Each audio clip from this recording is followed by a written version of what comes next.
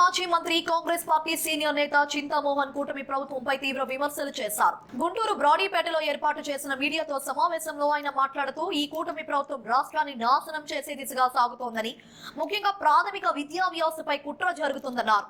గత సంవత్సరం 35,000 ప్రాథమిక పాఠశాలల్లో 5,000 పాఠశాలను మూసివేశారని, ఈ సంవత్సరం మరో 5,000 తగ్గించాలనే యత్నంలో ఉన్నారని దుయ్యబట్టారు. రాబోయే 3 నుంచి 4 సంవత్సరాల్లో ఈ సంఖ్యను 10,000 లోపు తీసుకురావాలనే కుట్రను రూపొందించారని ఆరోపించారు. అలాగే ప్రతి పంచాయతీలో ఒక్కో స్కూల్ మాత్రమే ఉండాలన్న దురాలోచనతో చంద్రబాబు నాయుడు నేతృత్వంలోని కూటమి ప్రభుత్వం వ్యవహరిస్తుందని ఆరోపించారు. కాంగ్రెస్ హయాంలో ఏర్పాటు చేసిన ప్రాథమిక పాఠశాలను మూసివేసే తీవ్ర ఉద్యమాలు జరుగుతాయని హెచ్చరించారు. ఇక సామాజిక న్యాయం అంశంలో కూడా ప్రభుత్వం విఫలమైందని విమర్శించారు. ఓబీసీ, మైనారిటీలు, గిరిజనులు దారుణంగా అన్యాయానికి గురవుతున్నారని ఆరోపించారు. చంద్రబాబు నాయుడు స్వస్థలమైన కుప్పం నియోజకవర్గంలో ఓ పేద ఓబీసీ మహిళను చెట్టుకు కట్టేసి కొట్టేసిన సంఘటన తెనాలిలో దళితుడిపై జరిగిన దాడిని ప్రస్తావించారు. అరకు ప్రాంతంలో గిరిజనులపై తీవ్ర అఘాయిత్యాలు జరుగుతున్నాయని దుయ్యబట్టారు. అంశాలు ప్రస్తావించేదానికి రావడం జరిగింది. మొదటిది ఆంధ్రప్రదేశ్ రాష్ట్రంలో విద్యా విధానం, రెండవది అమరావతి, మూడవది బనకచెర్ల, నాలుగవది ఇందిరాగాంధీ ప్రజాస్వామ్యం.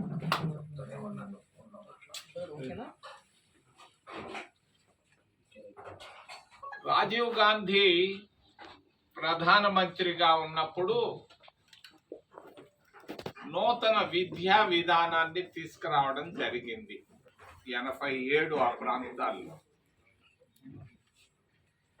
కాంగ్రెస్ ప్రభుత్వం ప్రతి గ్రామంలో ప్రాథమిక పాఠశాలను ప్రారంభించడమే కాకుండా ప్రతి కుగ్రామంలో కూడా ప్రాథమిక పాఠశాలను ప్రారంభించాం. ఎందుకు? ప్రతి పేద బిడ్డ, ప్రతి రైతు కూలీ బిడ్డ, ఎస్సీ కానీ, ఎస్టీ కానీ, ఓబీసీ కానీ, మైనారిటీలు అందరికీ అందుబాటులో ఉండే విధంగా ప్రాథమిక పాఠశాలను దేశం మొత్తం మీద ప్రారంభించాం. ఈరోజు ఉన్నటువంటి ఆంధ్రప్రదేశ్ రాష్ట్రంలో 35,000 ప్రాథమిక పాఠశాలను ప్రారంభించాం.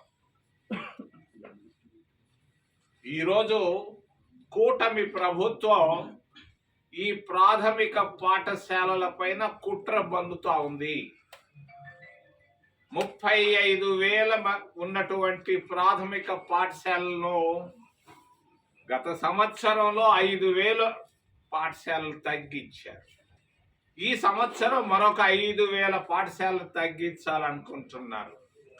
రాబోయేటువంటి 3-4 సంవత్సరాల్లో 35,000 ప్రాథమిక పాఠశాలను 10,000 లోపుకు తీసుకురావాలన్న కుట్రతో ఈరోజు కూటమి ప్రభుత్వం వెళుతా ఉంది. ఎందుకు వెళుతా ఉంది? వీళ్ళకు ఇష్టం లేదు పేద బిడ్డలు చదువుకోవడం, పేద బిడ్డలు ఇంగ్లీష్ నేర్చుకోవడం కూడా ఇష్టం లేదు. అందుకే ఈ ప్రాథమిక పాఠశాలను మోడల్ స్కూల్స్ అనే కాన్సెప్ట్ పైన ఒక్కొక్క పంచాయతీలో ఒక్కొక్క స్కూల్ పెట్టాలన్న ఆలోచనతో చంద్రబాబు నాయుడు ప్రభుత్వం వెళుతా ఉంది. దీనిని నేను ఖండిస్తున్నాను. కాంగ్రెస్ పార్టీ తరఫున మేము తీసుకొచ్చినటువంటి ప్రాథమిక పాఠశాలను ఏమాత్రం మీరు తాకితే ఉద్యమం తప్పదని చంద్రబాబు నాయుడు గారికి తెలియజేస్తున్నాను. గుంటూరు దగ్గరగా ఉండి తప్పు ఇది చేయకూడదు.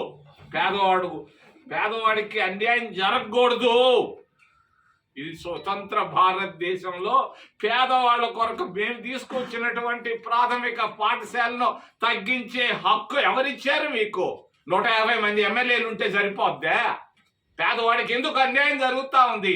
ఆంధ్రప్రదేశ్ రాష్ట్రంలో ఓబీసీలకు అన్యాయం జరుగుతూ ఉంది, ఎస్సీలకు అన్యాయం జరుగుతూ ఉంది, ఎస్టీలకు అన్యాయం జరుగుతూ ఉంది. కూటమి ప్రభుత్వంలో మైనారిటీలకు అన్యాయం జరుగుతూ ఉంది. మరి ఓబీసీలకు పెద్ద పీట వేశానంటాడు చంద్రబాబు నాయుడు. ఏం వేశాడు? 15 సంవత్సరాల ముఖ్యమంత్రిగా ఓబీసీలకు ఆయన ఏం చేశాడు నేను అడుగుతున్నాను. గుంటూరు నుంచి ఏం చేశాడు ఆయన? ఒక ఓబీసీ మహిళను ఆయన సొంత నియోజకవర్గం కుప్పంలో చెట్టుకు కట్టేసి కొట్టారు, చిన్న అప్పు కట్టలేదని. ఇది ఓబీసీల పరిస్థితి ఆంధ్రప్రదేశ్ రాష్ట్రంలో.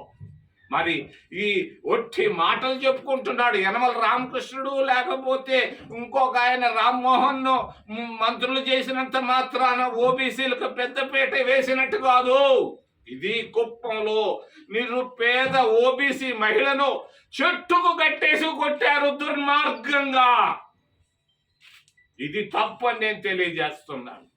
మరి దగ్గరలో ఉన్నటువంటి తెనాలిలో ఒక దళిత యువకుడును పండేసి కాళ్ళు చేతులు పోలీసులే కొట్టారు. మరి అందరూ చూస్తున్నారు. ఎవరో అధికారులు కూడా సమర్థించేది కొట్టింది కరెక్ట్ అని. కొట్టే హక్కు మీకు ఎవరిచ్చారయ్యా? మానవ హక్కులున్నాయి. ఎందుకు కొట్టారు ఆ దళిత యువకుడిని? వాడు చేసిన పొరపాటు ఏంది? పొరపాటు చేసినా కూడా కొట్టే హక్కు నీకెక్కడిది అని నేను అడుగుతున్నాను కూటమి ప్రభుత్వాన్ని, చంద్రబాబు నాయుడు గారిని. గిరిజనులకు అన్యాయం జరుగుతూ ఉంది కూటమి ప్రభుత్వంలో.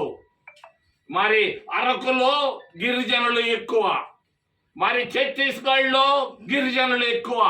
ఆ గిరిజనులు అక్కడ ఉన్నటువంటి ఖనిజ సంపదను కోటీశ్వరులకు ఇచ్చేదాని కొరగా మరి అక్కడ ఉన్నటువంటి గిరిజన పురుషుల పురుషాంగాలు కోస్తున్నారు దుర్మార్గులు దౌర్జన్యంగా. ఎందుకు కోస్తున్నారు? మహిళల ముందే, గిరిజన మహిళల ముందే కోస్తున్నారు. అవునా కాదా? ఎందుకు కోస్తున్నారు? అక్కడ ఉన్నట్టు వాళ్ళు వెళితే అక్కడ ఉన్నటువంటి ఖనిజ సంపదను దోచుకునే దానికి చేస్తున్నారు. ఇదే ప్రజాస్వామ్యం? ఇదే కూటమి ప్రభుత్వం? ఇదే ఆంధ్రప్రదేశ్ రాష్ట్రం అని చంద్రబాబు నాయుడు నేను సూటిగా అడుగుతున్నాను. మైనారిటీలు వాళ్ళు ఏదో ఆస్తులు సంపాదించుకున్నారు, వక్ఫ్ బోర్డుకు నువ్వు సపోర్ట్ చేశావు అక్కడ బీజేపీకి. తప్పు కాదా చంద్రబాబు నాయుడు గారు? ఏం చెప్తావు జవాబు దీనికి? తప్పని నేను తెలియజేస్తున్నాను. జరుగుతున్నటువంటి విద్యా విధానాన్ని ఖండిస్తున్నాను. వెంటనే మార్చుకోవాలి మనసని తెలియజేస్తున్నాను. రెండవది అమరావతి. ఆయన దేవతల రాజ్యాన్ని అంటాడు. నిన్న మొన్నంతా తిరిగాను, ఎక్కడన్నా దేవతలు ఏమన్నా కనిపిస్తారేమో అని. నాకు కనిపించిందల్లా కర్రతుమ్మ చెట్లు, అర్థతుమ్మ చెట్లు కనిపించాయి. ఒక్క దేవుడు కనిపించలేదు, ఒక్క దేవాలయం కనిపించలేదు. ఎందుకు ఇట్లా చెప్తావు? ఎందుకు చెప్తావు ఇలా? దేవతల రాజధాని 26 జిల్లాలు ఉన్నాయి. దాదాపు